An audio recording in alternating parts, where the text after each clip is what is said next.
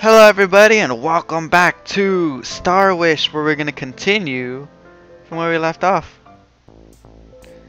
Let's do Eternal Swamp. Put my stuff right here. Ooh, purple. This place is purple. I don't really like purple.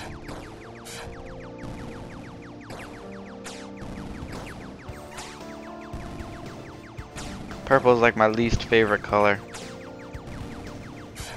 You guys want to know what my favorite color is? Not that anybody cares. Is this like a super enemy level?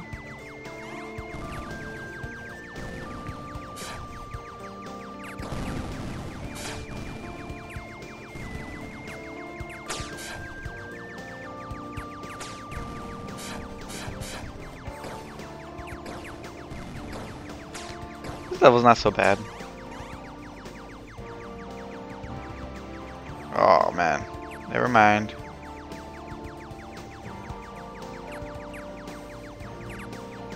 This might take a while to frickin' kill these guys.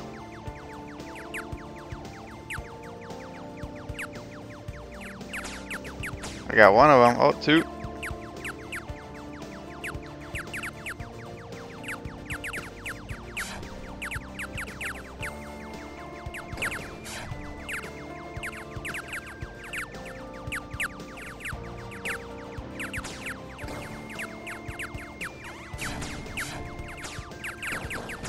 Oh shit, no!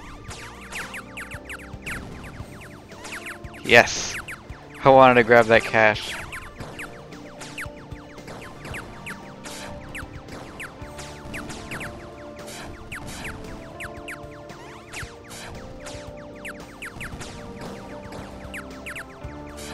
This level's not that bad. Just pretty much a bullet dodging level.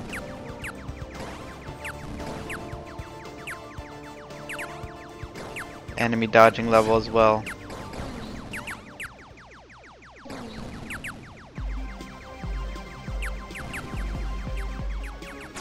Oh, what is this?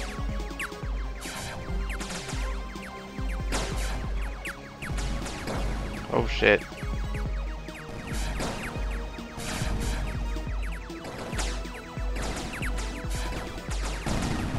How am I hitting this thing?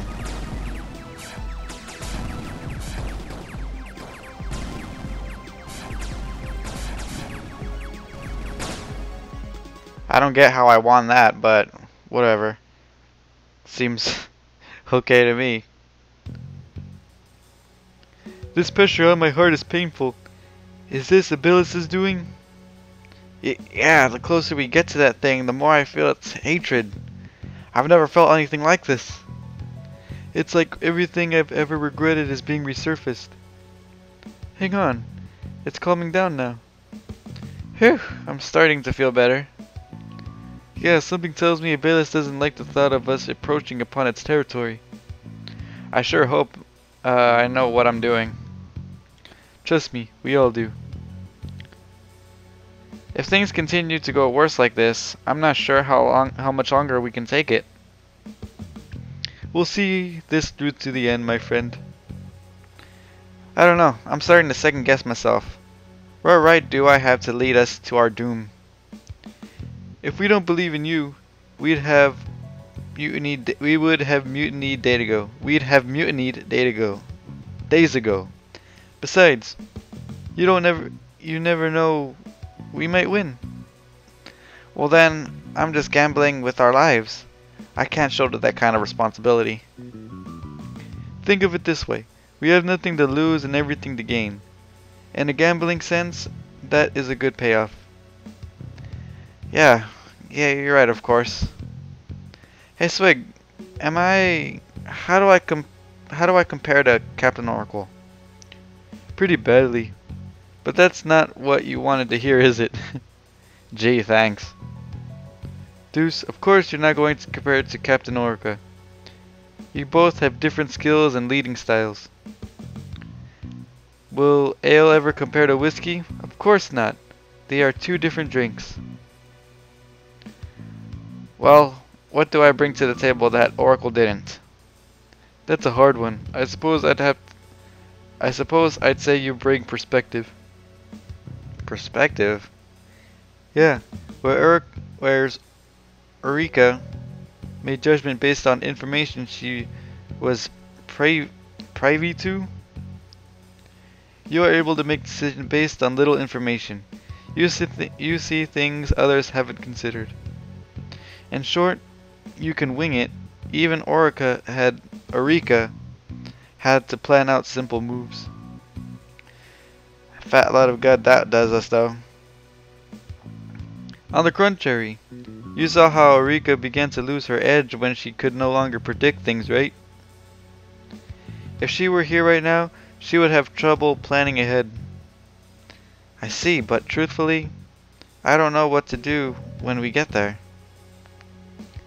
You have yet to master the one skill all captains must learn. You must learn to pretend you know what you're doing. What? That's ridiculous. What kind of skill is that?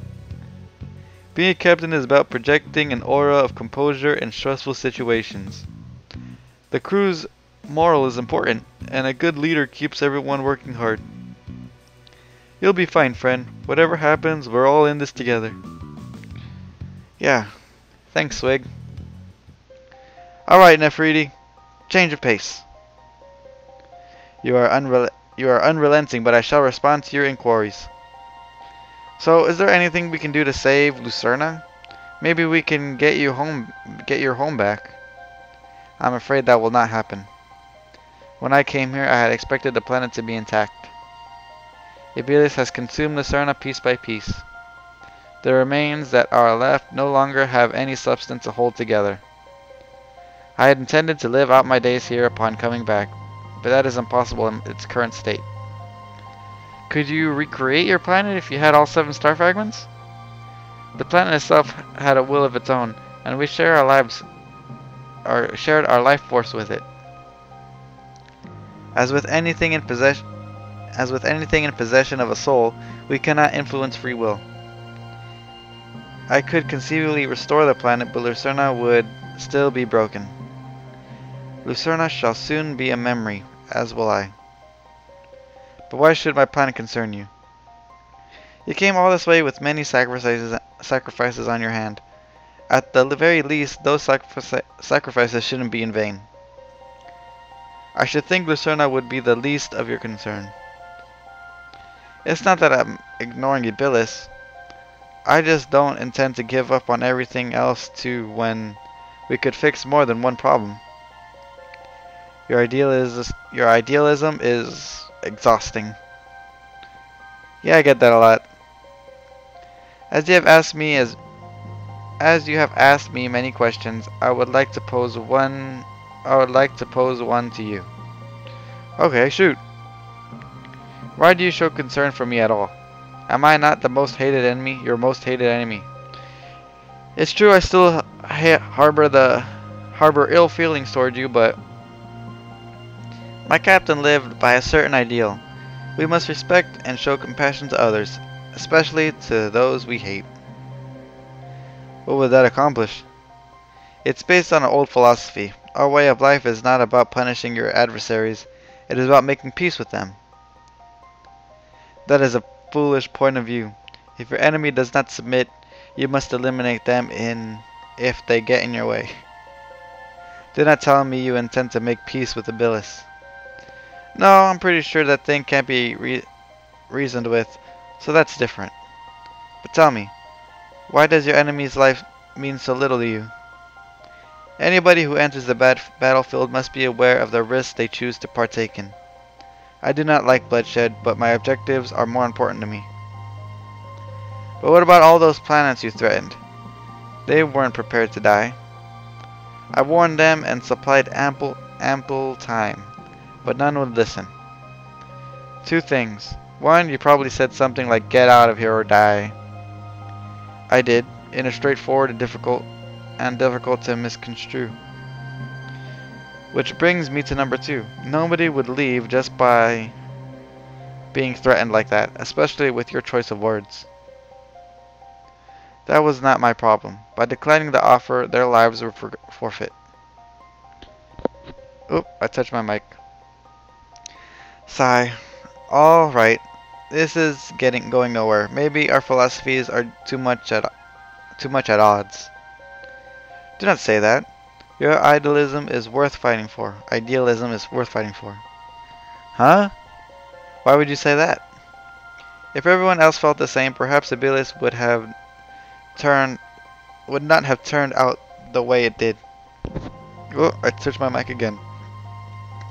I guess so. Before you go, Mr. Deuce, what is it? Thank you for treating me as a normal person instead of a prisoner. There's no need for thanks, Nefertiti. Everyone has that right. We are more than halfway to Iblis. But the closer we came to our goal, the more heavily it affected our minds and bodies. We could practically feel the suffering and woes of the limitless voices Iblis harbored. Their Sunnah was beyond salvation. As Nefertiti explained, even wishes could not restore it. I felt bad that she came all this way for nothing. But we have to clean up this mess. Maybe that was a good thing. I didn't like the idea of Iblis festering her unchecked. Alright. Absolute Zero. That's the new place. Let's check the status. We have 10. Hell yeah. I want 2 here, 2 here.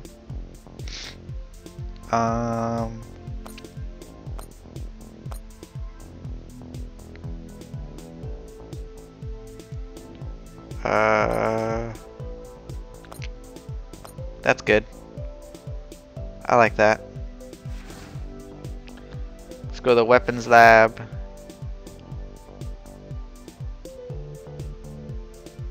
Scatter.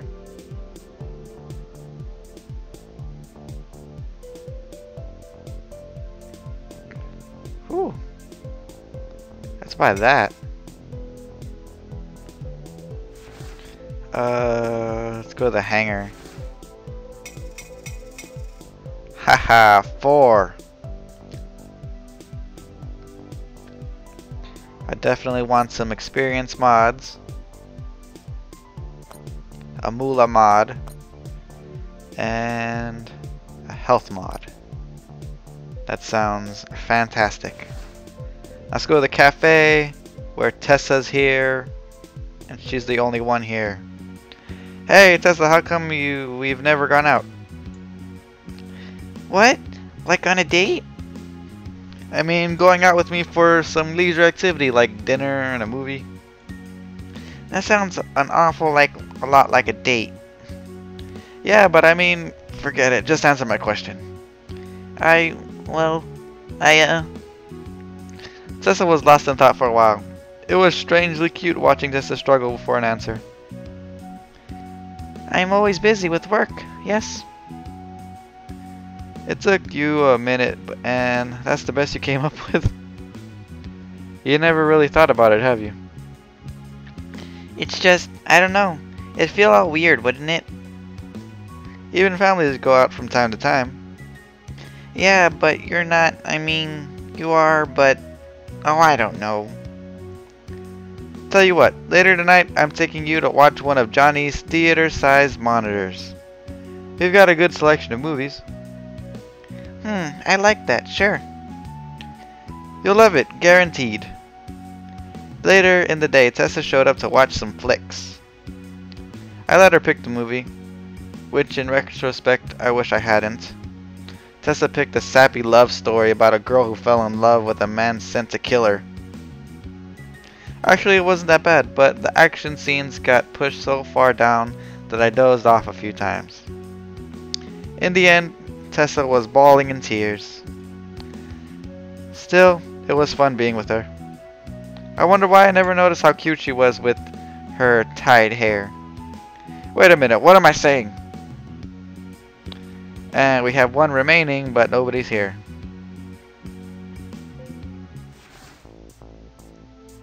Okay. So next time, guys, we'll do a Maelstrom. Alright? I'll see you guys later.